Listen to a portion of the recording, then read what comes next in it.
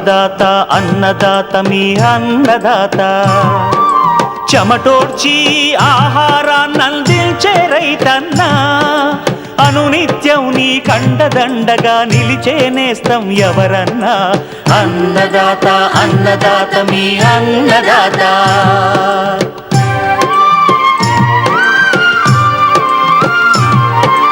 నూతన రీతుల సాగుబడికి నూరింతలు పెరిగే దిగుబడికి సూచనలిచ్చే సస్య రక్షణకు పశు పోషణకి శాస్త్ర విజ్ఞానం అందించి ముందుకు నడిపే తెలుగు రైతు భారతదేశానికి మకుటం అయ్యేలా తీర్చిదిద్దే ఆశయంతో మిమ్ము మేలు కొలిపేది అన్నదాత అన్నదాత అన్నదాత మీ అన్నదాత అన్నదాత అన్నదాత మీ అన్నదాత. అన్నదాత ప్రేక్షకులకు నమస్కారం. ఈనాటి ముఖ్యాంశాలు: యాసంగి మొక్కజొన్నలో సూక్ష్మ పోషక లోపాలు సవరణ మార్గాలు, శీతాకాలంలో అరటి తోటల్లో తీసుకోవాల్సిన యాజమాన్య సస్యరక్షణ చర్యలు, మిరప కోతలు అనంతరం తీసుకోవాల్సిన జాగ్రత్తలు.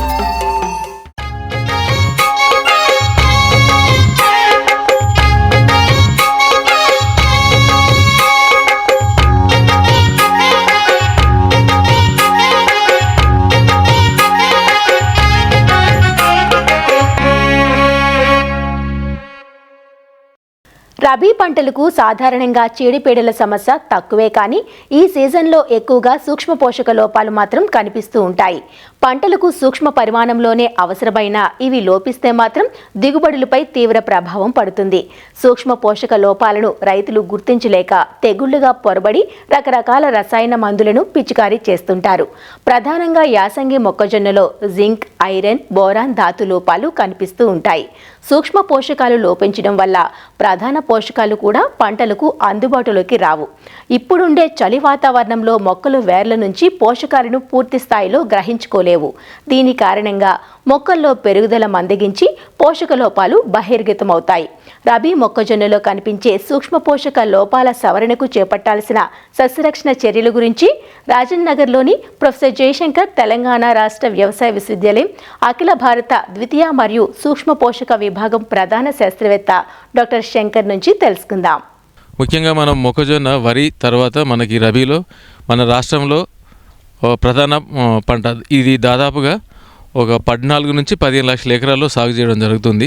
ఈ మొక్కజొన్న మనకి ప్రధానంగా అన్ని రకాల నీళ్ళల్లో, అంటే నల్లరేగడి నీళ్ళలు కానీ, తర్వాత ఎర్ర నీళ్ళలు కానీ, ఒండ్రుగల స్వభావం కలిగిన ఇసుక నీళ్ళలో కూడా మనం ఈ మొక్కజొన్నను ప్రధానంగా సాగు చేసుకోవచ్చు.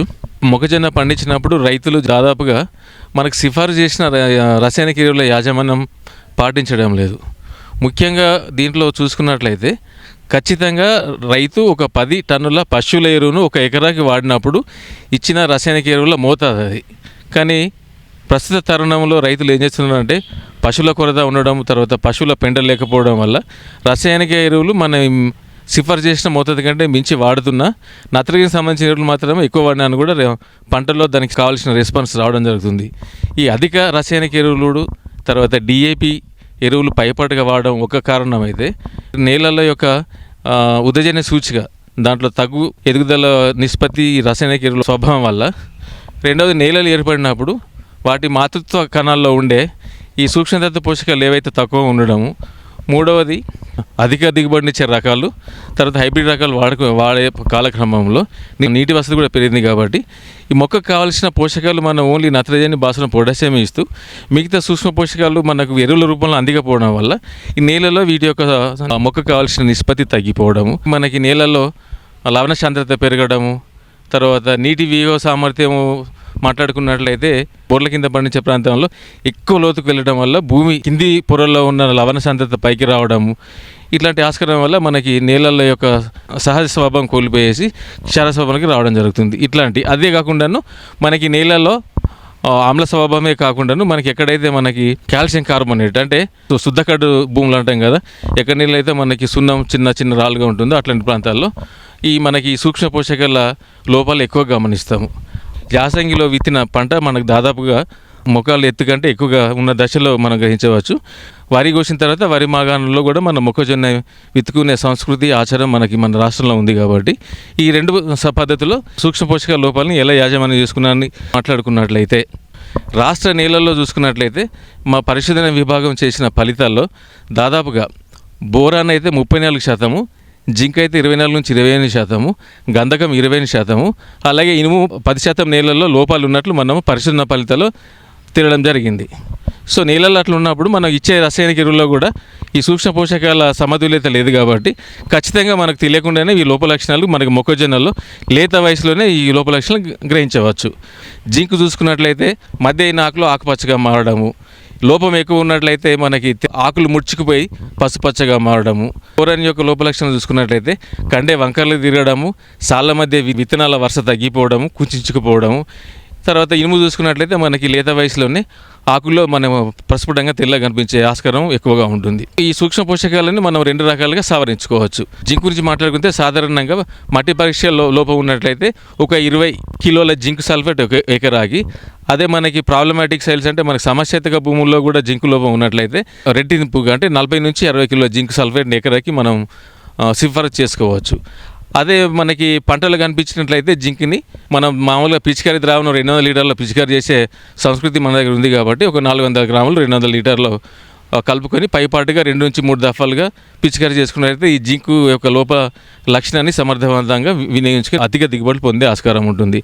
రెండవది బోరానికి మనకి అతి ముఖ్యంగా మనం మాట్లాడుకున్నట్లయితే ఈ రైతుల్లో మనకి రసాయనిక ఎరువులు విచక్షణ రహితంగా కాంప్లెక్స్ ఎరువులు పైపాటుగా వాడడం వల్ల ఏమవుతుందంటే భాస్వర శాతం నేలలో అధికంగా ఉండి బోరాన్ యొక్క లభ్య బోరాను మనకి మొక్కలకి అందుబాటులోకి రాకుండా తక్కువ దిగుబడులు పొందే ఆస్కారం ఉంటుంది. కాబట్టి దీని నివారణకి మనకి సాయిల్ టెస్టింగ్ అంటే మట్టి నమూనా సేకరణలో లోపం ఉన్నట్లయితే 4 కిలోలు ఒక ఎకరాకి, లేదా మనకి పంటలు కనిపించినట్లయితే 1 గ్రాము 1 లీటర్ నీటికి కలిపి పిచికారీ చేసుకున్నట్లయితే బోరాన్ యొక్క లోపల లక్షణాన్ని సమర్థంగా అరికట్టవచ్చు. ఈ బోరాన్ నుంచి మాట్లాడుకున్నట్లయితే ఇది చాలా అతి ముఖ్యమైన కెమికల్ రియాక్షన్స్ ఉంటుంది. ఏమాత్రం కాన్సన్ట్రేషన్ కొంచెం గాఢత పెరిగినా ఫోలియర్ స్ప్రే చేసినప్పుడు పైపాటుగా పిచికారీ చేసినప్పుడు సాంద్రత పెరిగినప్పుడు మొక్కకు హాని చేసే లక్షణం ఎక్కువగా ఉంటుంది. అదే మనము నేలలో వేసుకున్నట్లయితే పంటకు హాని చేసే లక్షణాలు ఎక్కువగా ఉంటాయి. కాబట్టి 1 గ్రాము 1 లీటర్ నీటిలో కలుపుకొని పైపాటుగా పిచికారీ నీళ్ళలో అయితేనేమో 4 కిలోల ఎకరాకి చేసుకోవాలి. అది మళ్ళీ ఇంకొక ముఖ్యంగా మాట్లాడుకునేది ఇనుము. లభ్య ఇనుము ఏ మొక్కకైనా దాని యొక్క రసాయనిక స్థితి మీద ఆధారపడి ఉంటుంది. నేల యొక్క తేమ స్వభావాన్ని బట్టి లభ్య ఇనుము మొక్కకు అందుబాటులోకి వచ్చే ఆస్కారం ఉంటుంది. కాబట్టి అంటే నేల తడిగా ఉంటుందో లభ్య ఇనుము మొక్కకు అందుబాటులోకి వస్తుంది. ఎప్పుడైతే మనకి తేమ లేకుండా వ్యవసాయ నేలలు బెట్టకు గురైతే అప్పుడు మనకు ఇనుము లోపం వచ్చే ఆస్కారం ఉంటుంది. దీని లోప సవరణకి మనకి ముఖ్యంగా అయితే 20 కిలోలు పర్ ఎకరాకి ఐరన్ సల్ఫేట్ చెప్పుకోవచ్చు. కానీ ఇది నేలల్లో వేసినట్లయితే మొక్కకు అందుబాటులోకి వచ్చే ఆస్కారం తక్కువ ఉంటుంది. కాబట్టి ఒకవేళ మొక్కల లోప లక్షణాలు కనిపించినప్పుడు 5 గ్రాములు 1 లీటర్ నీటికి పిచికారీ చేసుకున్నట్లయితే ఆశించిన దిగుబడులు పొందే ఆస్కారం ఉంటుంది. కాబట్టి రైతులు ఈ విషయాల్ని శ్రద్ధగా వినియోగించుకొని అధిక దిగుబడులు పొందాలని ఆశిస్తున్నాం.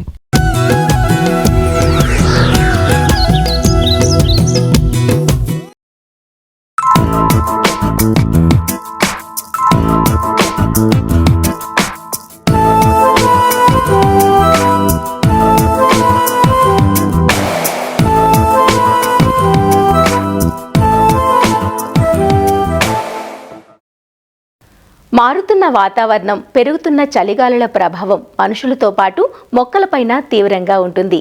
చలి పెరిగే కొద్దీ మొక్కల్లో పెరుగుదల మందగిస్తుంది. అందున అతి సున్నితమైన అరటిలో తగ్గిన ఉష్ణోగ్రతల వల్ల ప్రత్యక్ష పరోక్ష నష్టం ఉంటుంది. అధికంగా వీచే శీతల గాలుల వల్ల కొన్ని రకాల చీడపీడలు కూడా అరటి తోటల్లో కనిపిస్తుంటాయి. అందువల్ల అరటి తోటల్లో శీతాకాలంలో కొన్ని యాజమాన్య సస్యరక్షణ చర్యలు చేపట్టాల్సిన అవసరం ఉంది. ఆ వివరాలు ఈరోజు అన్నదాతలో చూద్దాం. అరటి ఉష్ణమండలపు పంట. అందుకే అరటి సాగులో ఉష్ణోగ్రతలు ప్రముఖ పాత్ర పోషిస్తాయి. 10 డిగ్రీల సెల్సియస్ కంటే ఉష్ణోగ్రత తక్కువగా ఉంటే అరటి మొక్కల ఎదుగుదల తగ్గుతుంది. అదే 15 డిగ్రీల సెల్సియస్ కంటే తక్కువగా ఉంటే గెల సరిగా తయారవదు. ఫలితంగా దిగుబడులు తగ్గుతాయి. కొన్ని యాజమాన్య పద్ధతులు పాటిస్తే శీతాకాలంలో కూడా మంచి అరటి గెలలు పొందే వీలుంటుంది.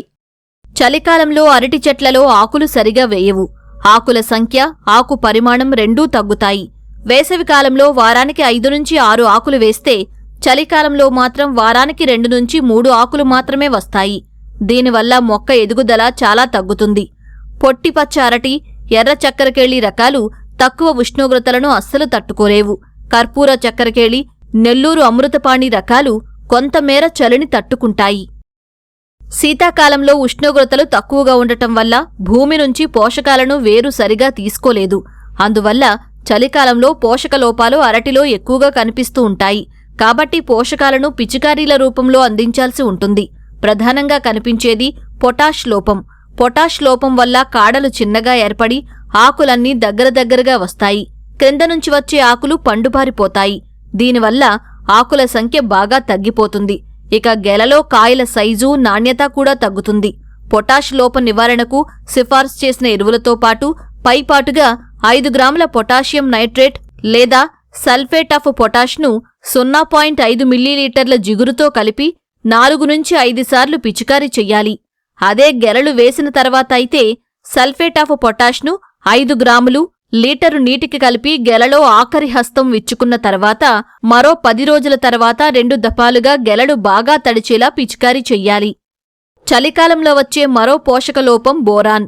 బోరాన్ లోపం వల్ల ఆకులన్నీ పెళుసుగా, బిరుసుగా మారడం జరుగుతుంది.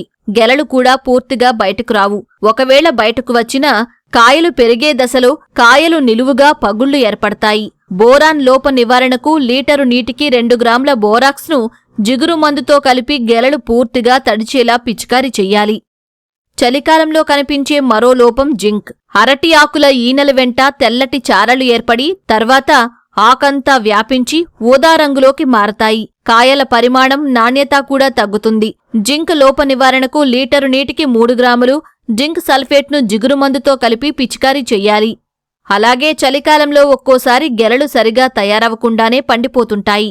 దీని నివారణకు పొటాషియం ఆర్థ్రోఫాస్ఫేట్ 5 గ్రాములు లీటరు నీటికి కలిపి వారం రోజుల వ్యవధిలో 2 సార్లు గెలలు బాగా తడిచేలా పిచికారీ చేసుకుంటే ఈ సమస్య నుంచి అధిగమించవచ్చు.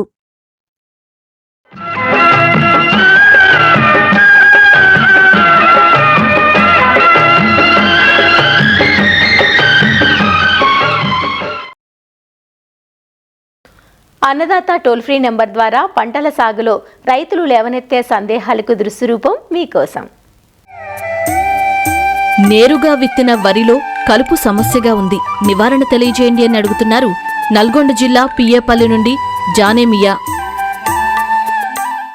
ఈ మధ్యకాలంలో రైతు సోదరులు వరి పంటను మరీ ముఖ్యంగా రబీ కాలంలో వెదజల్లే పద్ధతిలో సాగు చేయడం అనేది ప్రధానంగా చూస్తూ ఉన్నాము.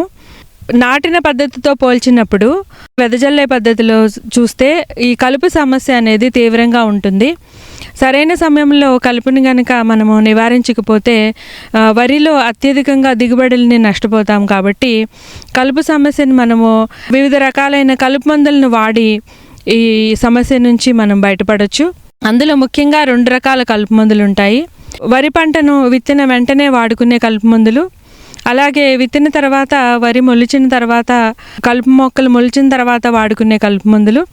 విత్తిన తర్వాత అయితే వెంటనే అంటే 2 రోజుల లోపల వాడుకోవడానికి అనువైన కలుపు మందులు ఏంటంటే పైరజోసల్ఫిరాన్ ఇథైల్ అనే కలుపు మందు సాతి అనే పేరుతో దొరుకుతుంది. ఇది ఎకరానికి 80 గ్రాములు వాడుకోవచ్చు.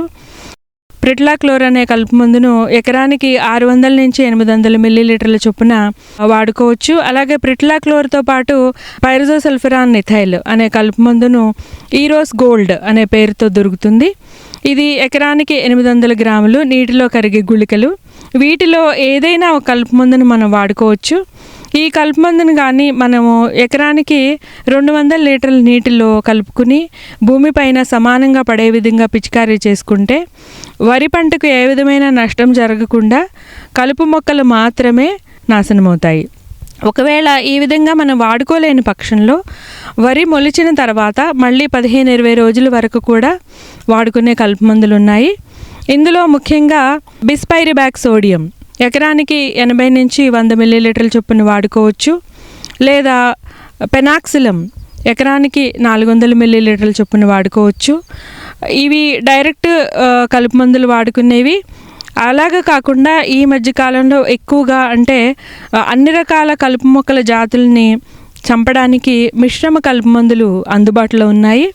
అవేంటంటే ముఖ్యంగా ఆల్మిక్స్ అయితే ఎకరానికి 8 గ్రాములు, లేదా సెహాలఫాబ్యూటైల్ ప్లస్ పెనాక్సిలం కలుపు మందు మిశ్రమము, లేదా కౌన్సిల్ యాక్టివ్ పేరుతో ఎక్కువగా వాడుతూ ఉన్నారు రైతులు, ఎకరానికి 90 గ్రాములు. ఇది ట్రయాఫోమన్తో పాటు ఇథాక్సిసల్ఫరాన్ కలగలిపిన మిశ్రమ కలుపు మందు.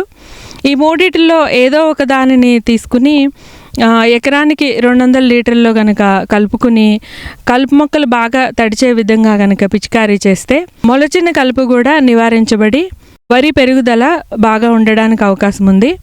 అయితే రైతు సోదరులు ఈ మిశ్రమ కలుపు మందుల్లో మళ్ళీ ఇంకొక మిశ్రమ కలుపు మందు, అంటే ఇప్పుడు వివాయోతో పాటు ఆల్మిక్స్ వాడడము, లేదా కౌన్సిల్ యాక్టివ్తో పాటు ఆల్మిక్స్ వాడడము గమనించడం జరిగింది. ఈ విధంగా చేస్తే ఈ కలుపు మందులు తొందరగా కలుపు మొక్కల మీద వాటి యొక్క పనితనాన్ని కోల్పోతాయి. కలుపు మొక్కలు వాటికి నిరోధకత ఏర్పరచుకుని ఈ మందుల పనితనం అనేది తొందరగా క్షీణిస్తుంది. కాబట్టి మిశ్రమ కలుపు మందులు వాడేటప్పుడు తప్పనిసరిగా ఒక్క కలుపు మందు మాత్రమే వాడుకోవాలి. ఇప్పుడు ఒక కలుపు మందు మనం వాడుకున్నప్పుడు ఏవైతే కలుపు మొక్కలు, కొన్ని మొక్కలు ఎక్కడైనా తప్పించుకోవడమో, అంటే మన స్ప్రే పడకుండా ఉండడమో, లేదా కలుపు మందు యొక్క పనితనము తర్వాత కూడా ఈ చిన్న చిన్న కలుపు మొక్కలు మొలిచి వరి పూత దశకు వచ్చేటప్పుడు కూడా ఇవి కూడా పూత దశకు రావడము, ఈ విధంగా ఎక్కడైనా కొన్ని కలుపు మొక్కలు కనుక తప్పించుకుంటే కనుక అవి మళ్ళీ విత్తనాన్ని ఏర్పరచుకుని తర్వాతి సీజన్కి వాటి సంతతిని ఎక్కువగా అభివృద్ధి చేసుకుంటాయి. కాబట్టి 2 రకాల కలుపు మందులు, 4 రకాల కలుపు మందులు వాడకుండా ఈ ఎక్కడైతే కొన్ని మొక్కలు తప్పించుకున్నాయో వాటిని చేతితో పీకివేయడం అనేది చాలా మంచి పద్ధతి. తద్వారా ఈ యొక్క కలుపు మొక్కలు నిరోధకత అనేది ఏర్పరచుకోకుండా ఉంటాయి. ఈ పద్ధతిని పాటించి వరిలో సమర్థవంతంగా మనం కలుపు యాజమాన్యాన్ని చేసుకోవచ్చు.